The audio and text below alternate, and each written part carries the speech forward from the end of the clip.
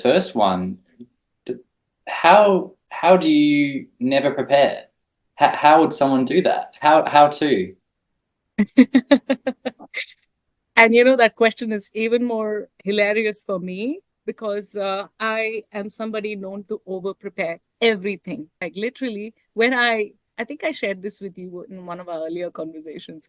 When I first came to Sydney, I accidentally left my itinerary printout on my work desk in India, in Bangalore.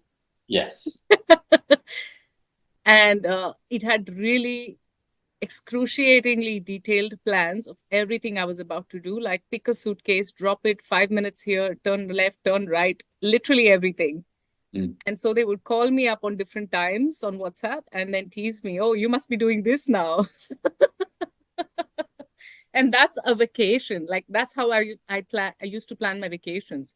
Yeah. So there I think I must have some kind of spiritual bipolar or something because there's one side of me which is like that, but there Okay. is also another side of me which does very big things without Mm. any question.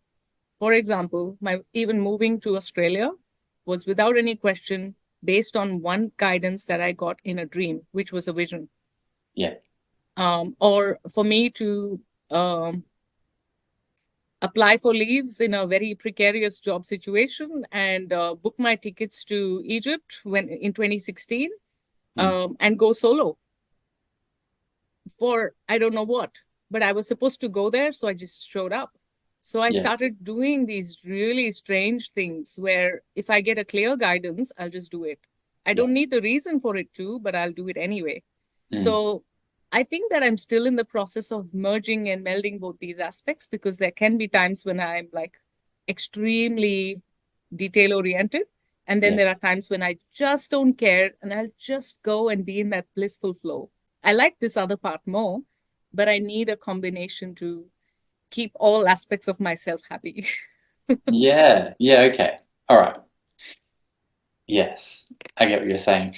I do just want to dive into a little bit more of never preparing. When you open up the app and Yeah. you're about to go on the live, how do you feel? Like how are you actually making that choice to say, I'm going to open up this app and I'm going to click the live button and I'm going to allow whatever comes through? How do you really change that from you being in the kitchen making some food into, all right, I'm sitting in front of this and I'm going for it? Is there a bit of a process that you kind of go through?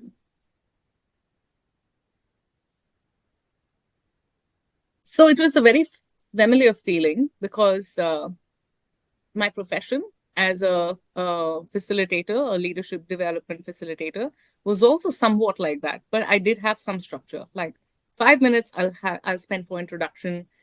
10 minutes, I'm going to spend on a concept sharing and ask. And then after that, I'm going to spend 15 minutes in getting questions from people and then Mm. conclude it in this way. So I used to keep like a topic and then I used to put like a time.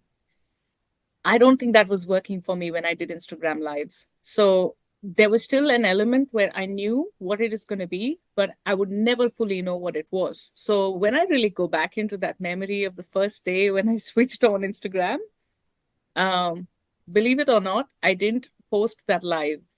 I downloaded it, I edited it, and then posted it because I just didn't have the confidence to post it with all my fumbles and uhs and ums and everything like that.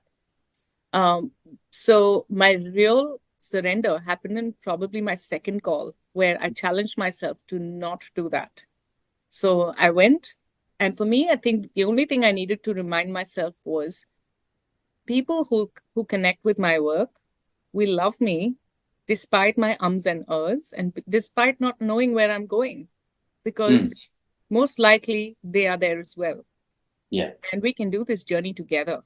So Yeah. I never had a mindset, and I still don't have a mindset that I know stuff because I don't. Mm. And so I think that's very comforting in itself that I don't have to be anything because I don't know. Yeah. And I can be vulnerable and honest about it. So I think it came from that radical honesty that whatever comes through is okay. And I did have a backup plan. My backup plan was if it doesn't turn out all right, I won't post it. I'll just delete it. Yeah.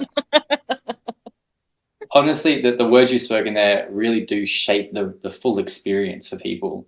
And I think that really does help understand that, you know, even though it seems like you've had this really straight path, it's a lot of questioning, a lot of, you know, actually some background preparing, but then in the end, you just dive straight into it, or really dived into it and then kept choosing to re-dive into it. I think that's the important part. It's not like a one and done thing. You choose it every day.